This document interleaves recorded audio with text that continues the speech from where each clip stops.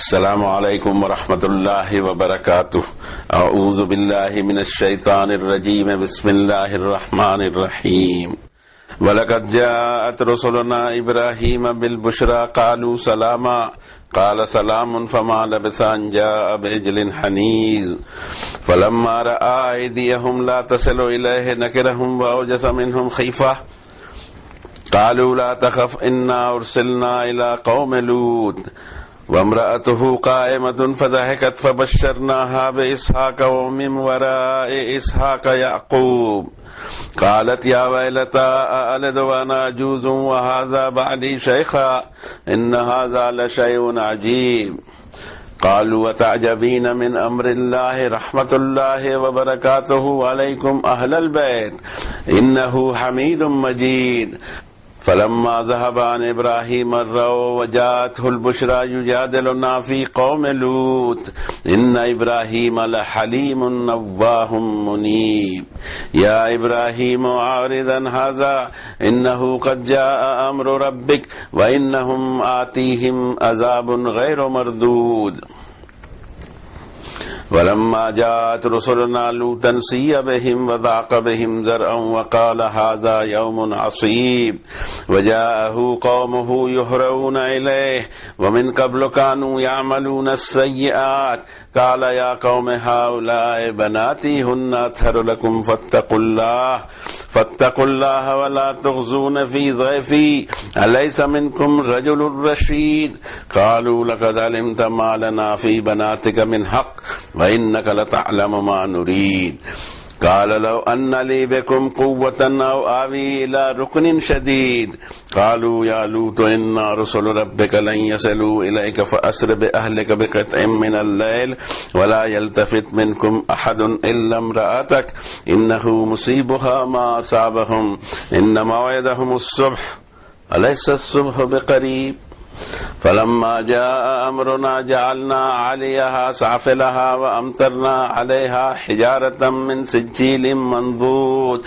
مسومة عند ربك وما هي من الظالمين ببعيد صدق الله العظيم وصدق رسوله النبي الكريم ونحن على ذلك لمن الشاهدين والشاكرين الحمد لله رب العالمين۔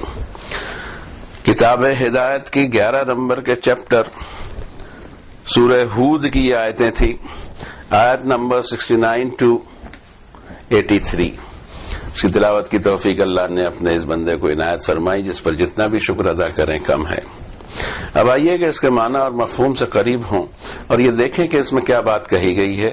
2 نبیوں کا اس میں تذکرہ ہے، ایک حضرت ابراہیم علیہ السلام کا، اور ایک چھوٹا سا اینگل بتایا گیا ہے جب ان کے پاس میں فرشتے بشارت دینے کے لیے آئے تھے۔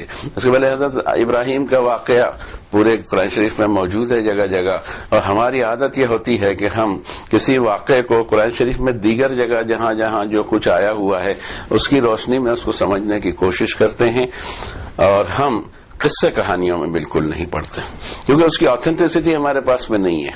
کون سا واقعہ کہاں سے آیا، بائبل سے آیا، تورات سے آیا، انجیل سے آیا، زبور سے آیا، ہمیں معلوم نہیں، اس کی اوریجنلٹی بھی نہیں ہے، اور بس چلے جا رہے کہانی پیش کرتے ہوئے۔ اس طرح سے ہماری عادت نہیں ہے۔ ہم کوشش کرتے ہیں کہ اپنے آپ کو قرآن شریف کی حدود میں ہی رکھیں۔ اب یہاں ہم دیکھ رہے ہیں حضرت ابراہیم کا واقعہ شروع ہو رہا ہے، لیکن پہلے ہم ترجمہ کر دیتے ہیں تاکہ ہماری کچھ دوری کم ہو قرآن شریف سے جو ہم نے بنا کے رکھی ہے۔ اور ہمیں اس میں اللہ کی مدد کی سخت ضرورت ہے، اس لیے کہ اس کے کلام کے ترجمے کو حق ادا کرنے کے قابل تو ہم نہیں ہیں، پھر بھی ایک مجبوری میں کوشش کی جا رہی ہے۔ اللہ تعالیٰ قبول فرمائے۔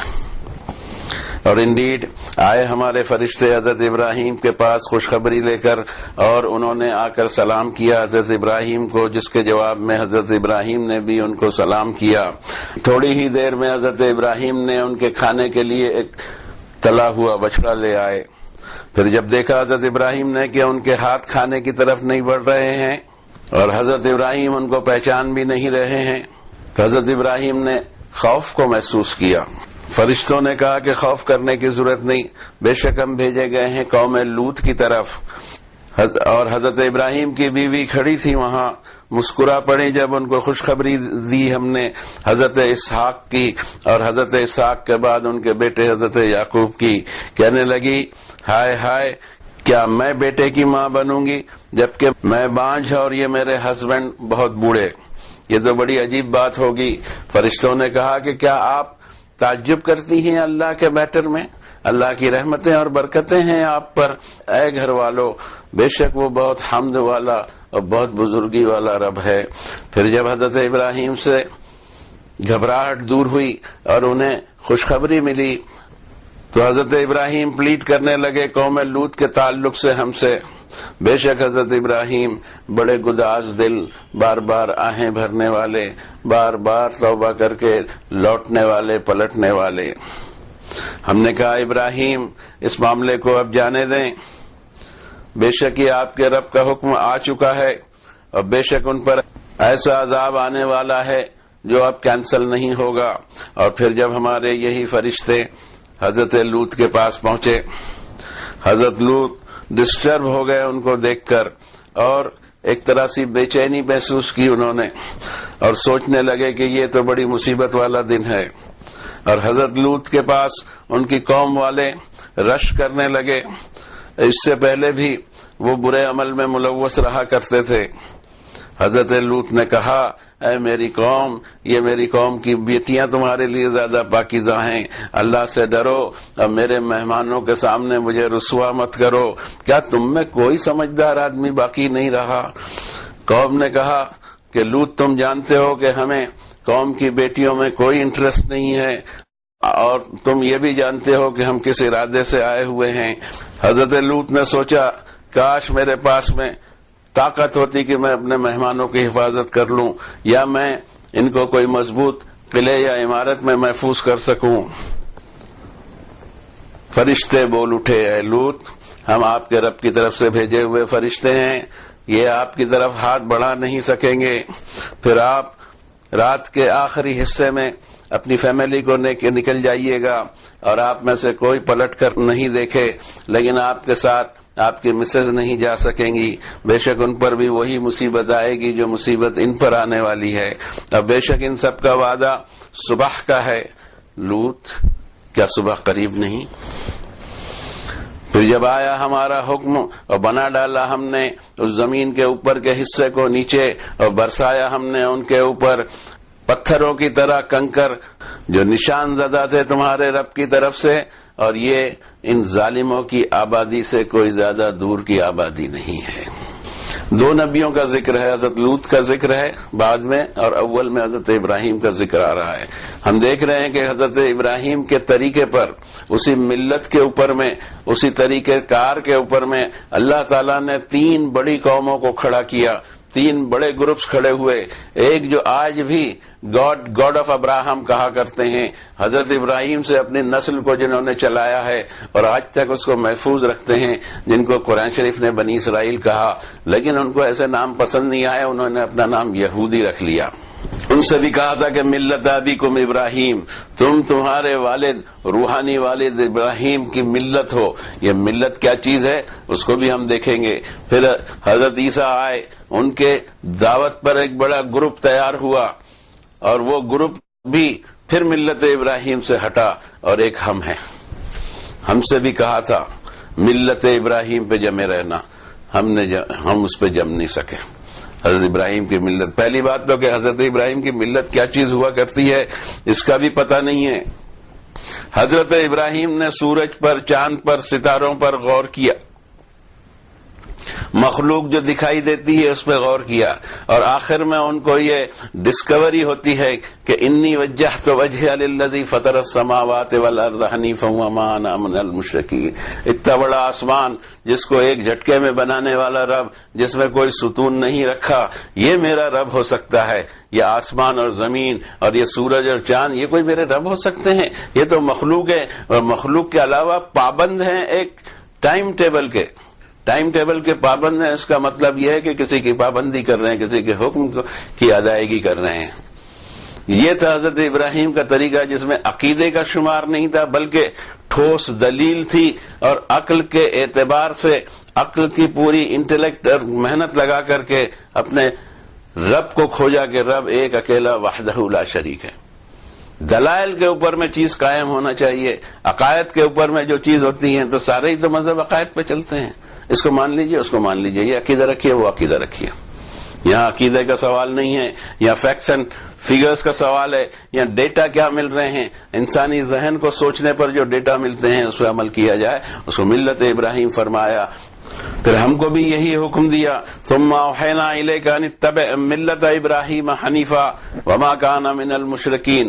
تم کو بھی یہ حکم دیا جاتا، وحی کی جاتی تمہاری طرف کہ تم فالو کرو ڈاکٹرین آف حضرت ابراہیم کی جو یکسو تھے، جو ریزلٹ آتا تھا اس کو ایکسپٹ کرتے تھے. وما کان من المشرکین، مشرک بالکل نہیں تھے. یہی حضرت ابراہیم اور ان کی ادا اللہ تعالیٰ کو اتنی پسند آئی کہ 4 نمبر کی صورت میں اللہ تعالیٰ فرماتے ہیں آیت نمبر 125 میں، وَمَنْ أَحْسَنُ دِينًا مِّمَّنْ أَسْلَمَ وَجْهَهُ لِلَّهِ وَهُوَ مُحْسِنٌ وَاتَّبَعَ مِلَّةَ إِبْرَاهِيمَ حَنِيفًا وَاتَّخَذَ اللَّهُ إِبْرَاهِيمَ خَلِيلًا. اس سے بہتر اور اس سے بڑھیا دین کس کا ہو سکتا ہے جو اپنے آپ کو سبمٹ کر دے ٹوٹلی اللہ کے لیے، اور وہ نیک عمل کرنے والا بھی ہو اور وہ فالو کرتا رہتا ہو طریقہ کار کو. حضرت ابراہیم حنیف جو یکسو تھے ان کے طریقہ کار کو فالو کرتا ہو. جبکہ واتخذ اللہ ابراہیم خلیلا، اللہ نے حضرت ابراہیم کو اپنا دوست بنایا، بہت بڑی ڈگری دی ہے ان کو. اور انہی کی اولاد میں سے 3 بڑے گروپ دنیا میں توحید والے ہوئے، لیکن توحید کو ہی کرپٹ کیا انہوں نے. سب سے پہلے ایک ہم ہیں، ایک کرسچنز ہیں، ایک جیوز ہیں. ان کے دماغ میں فطور یہ ہے کہ نحن ابناء اللہ و احباؤہ، کہ ہم اللہ کے چہیتے ہیں. ہم کو جہنم کی آگ چند دن سے اوپر چھو نہیں سکتی. ہمیں تو جنت میں جانا ہی جانا ہے، لیکن جو گناہ کیے ہیں اس کی تھوڑی بہت مار پیٹ ہوگی، اس کے بعد ہمیں معاف کر دیا جائے گا. ایسا کوئی وعدہ پورے قرآن شریف میں کسی کے ساتھ اللہ نے کبھی نہیں کیا. پورا قرآن شریف اس پر گواہ ہے. لیکن یہ وائرس گھس گیا ہے، اس لیے کہ ہم ابراہیم جو اللہ کے خلیل ہیں، ان کی اولاد ہے اور ان کی دین کی اتباع کرتے ہیں. عمل کی سی چھٹی وہ حضرت ابراہیم کی وجہ سے ہمارا کام ہو جائے گا. پھر ادھر ہے حضرت عیسیٰ والے کہ حضرت عیسیٰ کو خدا کا بیٹا مان کر انہی کے کارڈ کو، انہی کے کریڈٹ کارڈ کو چلانے کے چکر میں ہے. کارڈ کسی کا چلنا ولنا نہیں ہے. ایمان چاہیے اور عمل صالح چاہیے، اس کے علاوہ کچھ نہیں. اگر کوئی فیل ہو گیا تو ہمیشہ کے لیے فیل ہوگا، اگر کوئی پاس ہو گیا تو ہمیشہ کے لیے پاس ہوگا. یہ ٹرانسفر انٹریاں نہیں ہوں گی کسی کو جنت سے نکال کے جہنم میں ڈالو، جہنم سے نکال کے جنت میں ڈالو. یہ کچھ ہونا نہیں ہے. اس کی قرآن شریف نے سخت تردید کی ہے، سخت تردید ہے قرآن شریف میں اس بات کی. وقالو لن تمسنا النار الا ایاما معدودا، یہودیوں کے دعویٰ ہے کہ چند دن آگ میں رہیں گے جہنم کے. ارے بھائی وہ چند دن کی لمبان کیا ہوگی یہ ٹائٹن گھڑی سے 24 گھنٹے کی گھڑی؟ کہیں وہاں کی گھڑی جس کا ایک دن 50,000 سال کے برابر ہوتا ہے اس میں جلنے کو تیار ہو، وہ گھڑی سے جلنے کو تیار ہو، یا اس گھڑی سے جلنے کو تیار ہو، یا کیا 5 سیکنڈ تو آپ کھڑے نہیں رہ سکتے موم بتی پر، اور آپ اتنی بڑی جہنم میں جانے کو تیار ہیں. وقالوا لن تمسنا النار الا ایاما معدودا قل اتخذتم عند اللہ عہدا، کیا کوئی پرومس لے رکھا ہے اللہ سے؟ اور اگر ایسا ہے تو اللہ اپنی پرومس کی خلاف ورزی نہیں کرتا. ام تقولون علی اللہ ما لا تعلمون، کہ کیا تم وہ بکواس کر رہے ہو اللہ پر جو تم جانتے ہی نہیں، تمہارے پاس میں کوئی دلیل نہ اور کہے چلے جا رہے ہو. ایسا کسی کو ایشورنس اللہ نے دیا نہیں. ایمان، عمل صالح، میزان پہ کھڑا ہونا ہوگا کہ وزن کیا ہے نیکیوں کا برائیوں کا. اس کے بعد میں فیصلہ صادر ہوگا. فیصلہ یہ ہوگا کہ اس کو کدھر ڈالا جائے، جنت میں یا جہنم میں. اس میں کوئی شبہ نہیں ہے، کوئی دو رائے نہیں ہو سکتی. اگر کوئی قرآن شریف پڑھے، قرآن شریف پڑھنا نہیں ہے، دین شریف پہ عمل کرنا ہے. یہ کون سا دین شریف آ گیا جس میں قرآن شریف غائب ہو گیا؟ یہ دین اللہ کی طرف سے ہو سکتا ہے جس میں قرآن شریف کا کوئی رول نہیں ہو. ضرورت ہے اس بات کی کہ ہم خود اپنے آپ کو پہچانے، ڈھونڈیں قرآن شریف میں. اس کے علاوہ آپ کوئی راستہ نہیں بچا ہے.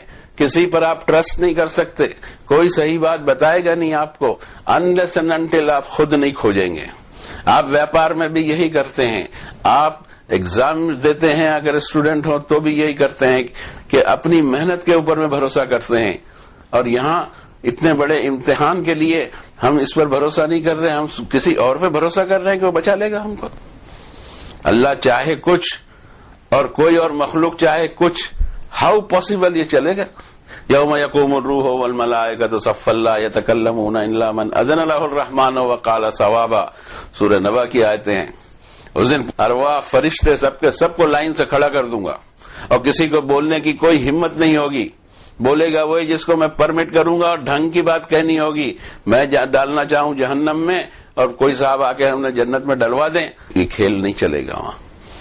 اس کے لیے ابھی سے ہوش میں آ جائیے اور خود تیاری کیجیے۔ حضرت ابراہیم کے پاس میں پہلی آیت میں فرمایا کہ فرشتے آئے، ان کے پاس بشارت تھی، ابھی بشارت دی نہیں تھی۔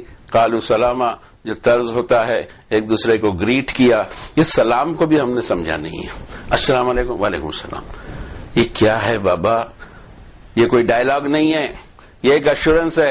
اگر میں سلام کرتا ہوں، آپ نے دیکھا ہوگا کہ میں شروع میں ہی سلام کرتا ہوں کہ جو دیکھ رہے ہیں، ناظرین ہیں یا سامعین ہیں، ان کے دل میں یہ ہونا چاہیے کہ اس شخص نے ہمیں ایشورنس دیا ہے کہ میری طرف سے آپ پر سلامتی ہی سلامتی ہے، میں نہ آپ کی عزت آبرو پہ ہاتھ ڈالوں گا، نہ آپ کے جان مال پہ ہاتھ ڈالوں گا، میری طرف سے آپ امن میں ہیں۔ اور جواب میں آپ نے وعلیکم السلام بھی کہا، یہ ایشورنس مجھے دیا، اور اب گن تانتے ہو مجھ پہ۔ سلام کا رشتہ ہی ایک ایمان والے کے بیچ میں وہ رشتہ ہے کہ جس پر میری جان آپ پر حرام اور آپ کی جان مجھ پر حرام ہوتی ہے۔ مومن کے پہچان کے بارے میں جب سوال ہوتا ہے تو یہ جواب دیا گیا، یا ایھا الذین آمنوا اذا ضربتم فی سبیل اللہ فتبینوا ولا تقولوا لمن القى الیکم السلام لست مؤمنا، جس میں تم کو سلام کر دیا مت کہنا کہ مومن نہیں ہے۔ قرآن شریف کہتا ہے کہ وہ مومن ہے جس نے تم کو سلام کیا، اور آپ کہتے ہیں کہ میں اس کو بم سے اڑا دوں اور اللہ چھوڑ دے گا ہمیں آپ کو؟ کچھ تو شرم آنی چاہیے، کچھ تو قرآن شریف کا اثر تو لے لو بابا، زیادہ نہیں تو کم سے کم چھاؤں ہی میں اس کے تھوڑا سا رک لو، تو تم کو سمجھ میں آ جائے گا کہ اصلی دین وہ اسلام کیا ہے جس کو نبی کریم صلی اللہ علیہ وسلم لے کے آئے تھے، جس کو 7 آسمان پر ایسے اتارا گیا تھا، وہ دین کیا ہے وہ تم کو سمجھ میں آئے گا۔ ورنہ یہ نمازیں روزے بھی چلتے رہیں گے اور ایک دوسرے کو گن بھی مارتے رہیں گے اور بم بھی پھینکتے رہیں گے، اور جو سمجھ میں آیا وہ کرتے رہیں گے، اور اس میں معصوم بچوں کو بھی لے لیں گے ہم۔ ہمارے لیے کوئی چھوٹا کوئی بڑا کچھ معنی نہیں رکھتا۔ معصوم بچے کس کے دشمن ہیں، کس کا بدلہ کس سے لے رہے ہو، لیکن لیتے ہیں بے شرمی کے ساتھ لیتے ہیں، کوئی حیا نہیں، کوئی دنیا کی بھی شرم گئی، آخرت کی بھی شرم گئی، اللہ رسول کی بھی شرم گئی۔ ہر وہ کام ہم کریں گے جس کو منع کیا ہو اللہ نے اور اس کے رسول صلی اللہ علیہ وسلم نے، اور اس کو اسلام کے نام سے کریں گے۔ کوئی اور نام سے کریں تو چلو بھائی تھوڑا ٹیمپریچر تمہارے گناہ کا کم ہو، نہیں، یہ اسلام ہے۔ یہ اسلام ہے کہ جس کو چاہیں آپ مارتے بیٹھیں، اس کے لیے اسلام آیا تھا۔ اس کا نام ہی خود امن ہے، سلامتی کا دین ہے۔ سلامتی کے دین کو آج ایسا بنا دیا کہ جہاں چل رہے ہیں وہاں کبھی بھی گن اٹھ سکتی ہے، پوری دنیا کو حیران کر کے رکھا ہوا ہے۔ اور اس میں وہ کوئی فتح سمجھ رہے ہوں یا اس میں وہ سمجھ رہے ہوں کہ ان کے دین کی کوئی وجے ہو جائے گی، نو، اللہ کی طرف سے کھلا عذاب آئے گا۔ اس بات کو نوٹ کر لیا جائے کہ اتنی زیادہ منمانی اللہ کسی کی چلنے نہیں دیتا، تمہاری کہاں سے چلنے دے گا؟ اب حضرت ابراہیم نے دیکھا باہر کے لوگ ہیں، اور ظاہر ہے کہ سفر کر کے آئے ہوں گے، اس زمانے میں سفر آج کے فلائٹ جیسے نہیں ہوا کرتے تھے، تو آپ نے ان کے کھانے کا بندوبست کیا اور ایک بچڑا تل کے لا لیے، بھون کے لا لیے۔ بچڑے کی سائز یہ بتاتی ہے کہ آدمی کتنے ہوں، ایک آدھ آدمی ہو تو ایک آدھ مرغی ہی کام کر جاتی ہے۔ آدمی بتایا جا رہا ہے کہ اچھے خاصے ہوں گے، آدمی مینس سوری ٹو سے فرشتے اچھے خاصے ہوں گے، اور وہ شکل بھی ان کی آدمی کی ہوگی۔ اگر فرشتوں کی شکل میں آتے تو کھانے کا کوئی سوال نہیں ہوتا، بیچارہ بچڑا جو ہے ذبح ہو گیا۔ تو دکھائی ایسا دیا کہ وہ انسانی روپ میں آئے ہوئے تھے۔ فلما رأى أيديهم لا تصل إليه نكرهم وأوجس منهم خيفة، انہوں نے دیکھا کہ یہ جو آئے ہوئے ہیں مہمان، ان کا ہاتھ کھانے کی طرف بڑھ نہیں رہا ہے، تو تعجب بھی ہوا ان کو، اور پہچان نہیں سک رہے ہیں کہ بھئی ہے کون، کیوں نہیں ان کا ہاتھ آگے بڑھ رہا ہے۔ تب انہوں نے کہا قالوا لا تخف، پریشان مت ہوئیے، انا ارسلنا الی قوم لوط، ہم فرشتے ہیں اور قوم لوط کی طرف بھیجے گئے ہیں۔ فرشتے جب آیا کرتے ہیں تو چھوٹے موٹے کام کے لیے نہیں آتے، بہت بڑے کام کے لیے آتے ہیں۔ فرشتوں کو دکھاؤ، فرشتوں کو دکھاؤ، رب تعالیٰ فرماتے ہیں فرشتوں کو جب دیکھ ہی لوگے تو موت کا ہی سمے ہوگا. ہر ایک کو فرشتوں کو دیکھنا ہے لیکن موت کے سمے دیکھنا ہے. جب دروازے واپس آنے کے لیے بند ہو جاتے ہیں تب فرشتے دکھائی دیتے ہیں اور پھر لے کے جاتے ہیں. وہ لوگ جنہوں نے نیک عمل کیا ہو ان کو سیلیوٹ کرتے ہوئے لے جاتے ہیں, اور وہ لوگ جن کی برائی میں اور گندگی کے اندر میں لائف گزری ہے ان کے ساتھ کچھ اور ویوہار کر کے لے کے جاتے ہیں, لیکن آتے ضرور ہیں. اب یہاں آنے کی بھی وجہ آگے بتائی گئی کہ ایک چھوٹا سا کام بیچ کا یہ بھی اللہ تعالیٰ نے ان کے ذمہ ڈالا تھا. وامرأتہ قائمۃ فضحکت فبشرناہا باسحاق ومن وراء اسحاق یعقوب. اور بیوی ان کی کھڑی تھی, انہوں نے جب خوشخبری سنی بیٹے کی مسکرا پڑی, اور ساتھ و ساتھ پوتے کی بھی خوشخبری کے اسحاق کے بعد میں حضرت یعقوب ہوں گے. قالت یا ویلتا, ہائے ہائے, کیا میں ایک بیٹے کی ماں بنوں گی جبکہ میں بانجھ بوڑھی اور یہ میرے شوہر بھی انتہائی عمر کو پہنچے ہوئے. ان ھذا لشیء عجیب, تو بڑی عجیب بات ہوگی. قالوا اتعجبین من امر اللہ, فرشتوں نے کہا کمال ہے, آپ اللہ کے امر میں تعجب کر رہے ہیں. رحمت اللہ وبرکاتہ علیکم اہل البیت, اے گھر کے لوگوں تم پر تو اللہ کی رحمتیں اور برکتیں ہیں, اور بے شک رب بہت حمد والا اور بہت بزرگی والا ہے. فلما ذهب عن ابراہیم الروع جاءته البشرى يجادلنا في قوم لوط ان ابراہیم الحلیم اواه منیب. حضرت ابراہیم یہ چاہتے تھے کہ عذاب کچھ دنوں کے لیے رک جائے, لوط وہاں محنت کر رہے ہیں, فرق پڑے گا, لیکن انہیں پتہ نہیں تھا حضرت ابراہیم کو کہ وہاں گراؤنڈ ریئلٹی کیا ہے. گراؤنڈ ریئلٹی اللہ تعالیٰ سورہ زاریات 51 نمبر کی صورت میں فرماتے ہیں فما وجدنا فیہا غیر بیت من المسلمین, ایک گھر کے سوا اتنی بڑی آبادی میں کوئی دوسرا گھر ایمان والا نہیں تھا. یہ حالت تھی اس قوم کی, اور وہ حالت اتنی پست تھی اور اتنی زیادہ خراب تھی کہ یہاں آگے اس کا تذکرہ آ رہا ہے. وَلَمَّا جَاءَتْ رُسُلُنَا لُوطًا سِیَّ بِهِمْ وَضَاقَ بِهِمْ ذَرْعًا, ہو سکتا ہے کہ وہ جو فرشتوں کو روپ اللہ نے دیا ہو, روپ ایسا خوبصورت لڑکوں کا ہو کہ جب وہ حضرت لوط کے پاس آئے حضرت لوط نے پریشانی محسوس کی, ڈسٹرب ہو گئے اور سوچنے لگے کہ یہ بڑا مصیبت کا دن دکھائی دیتا ہے. وَجَاءَهُ قَوْمُهُ يُحْرَؤُونَ إِلَيْهِ, قوم کے لوگوں نے دوڑتے ہوئے اچانک حضرت لوط کے گھر کا گھیراؤ کیا, اور اس سے پہلے وہ بری حرکتوں میں ملوث ہی تھے.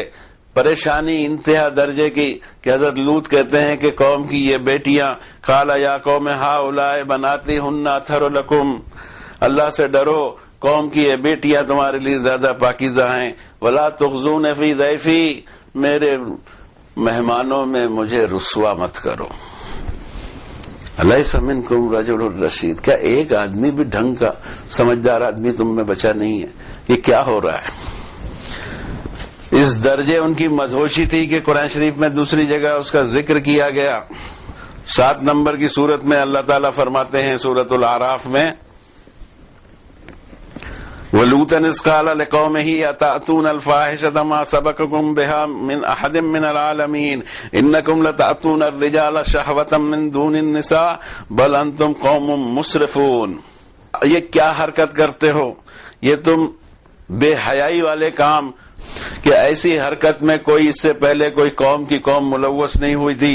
تم مردوں پر اپنی خواہش مٹانے آتے ہو عورتوں کو چھوڑ کر, تم انتہائی مسرف حد اعتدال سے بڑھ جانے والی قوم ہو. وما كان جواب قومه الا ان قالوا اخرجوهم من قريتكم انهم اناس يتطهرون. یہاں تک کہ تیاری کر لی قوم نے کہ انہوں نے کہا کہ ان کو یہاں سے اپنی آبادیوں سے ہی نکال دو, اس لیے کہ یہ بڑے پاکیزہ آدمی بننا چاہ رہے ہیں. اور دوسری جگہ ان کا ذکر کیا کہ ان کی حرکتیں کس درجے قبیح اور کتنی گندی تھی. 29 نمبر کی صورت میں اللہ تعالیٰ فرماتے ہیں انہی کی حرکتوں کے بارے میں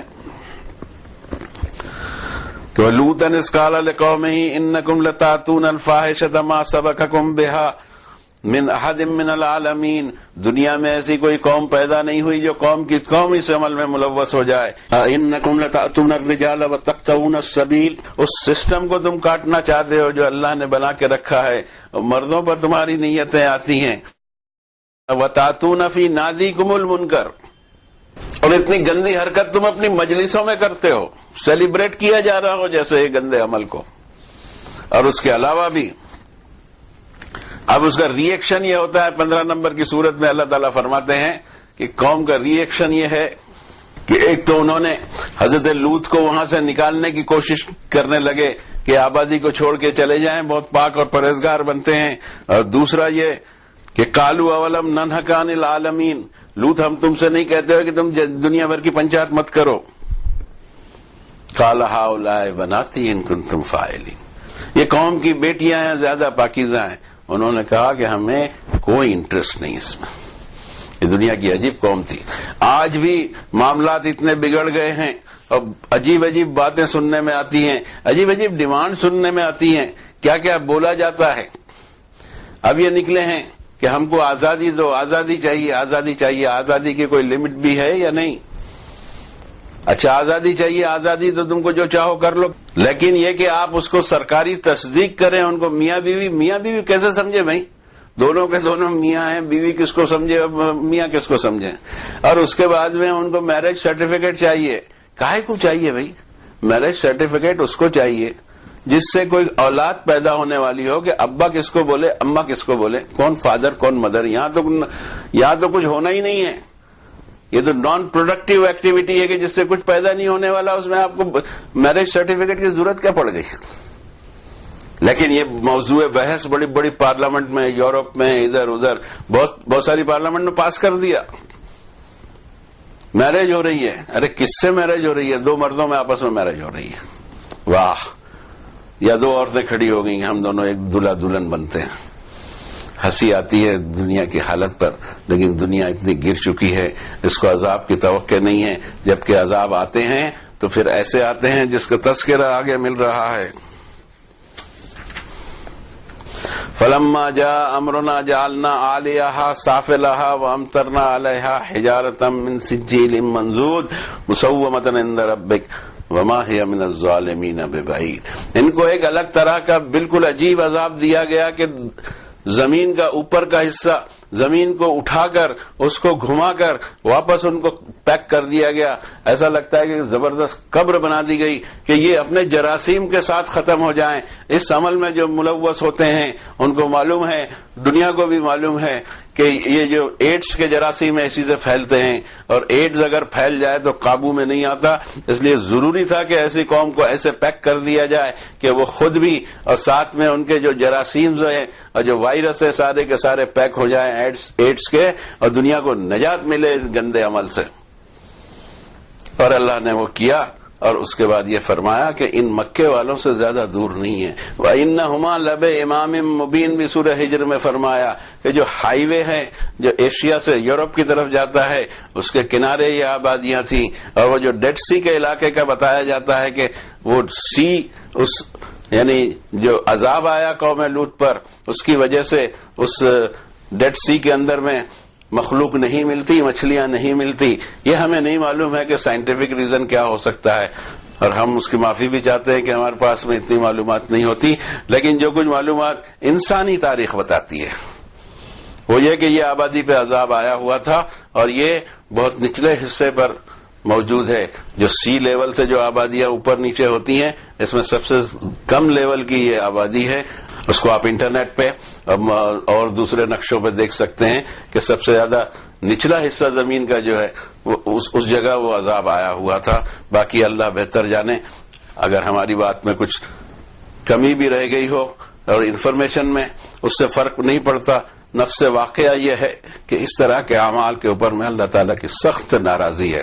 اور بہت گندی شے ہے. میرے سمجھ میں نہیں آتا انسانیت کی کوئی نس بگڑ جاتی ہے یا ٹیڑھی ہو جاتی ہے، کیا ہو جاتا ہے کہ اس طرح سے اللہ کی بنائی ہوئی مخلوق کی طرف نہ آنا، سسٹم کو توڑ کے ایک گندے سسٹم کی طرف جانا.